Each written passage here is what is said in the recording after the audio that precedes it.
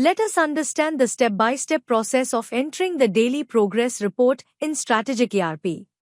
You can enter daily progress details through either the daily progress report form or the interactive DPR form.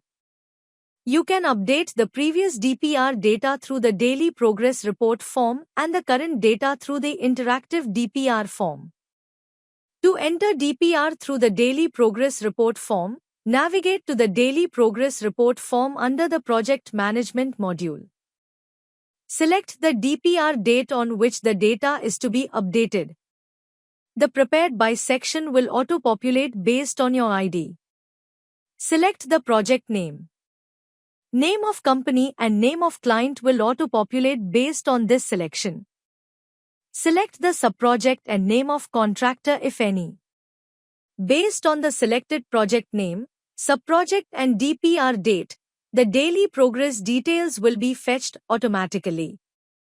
You can view details such as activity code, name, ID, schedule start and end date, unit, total quantity and estimated rate. Select the subactivity ID and update the completed percentage details if applicable. In case of no subactivity, update data directly in the Achieved for the Day section. Details such as work done till date, total balance and program for the day will get auto-populated.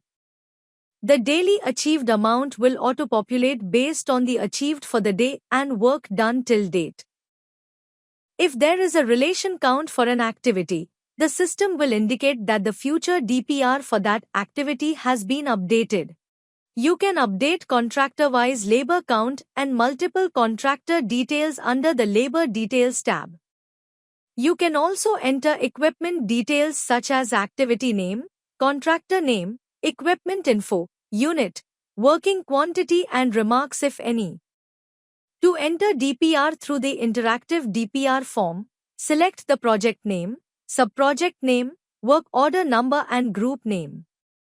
Based on the group name, activity details will be fetched automatically.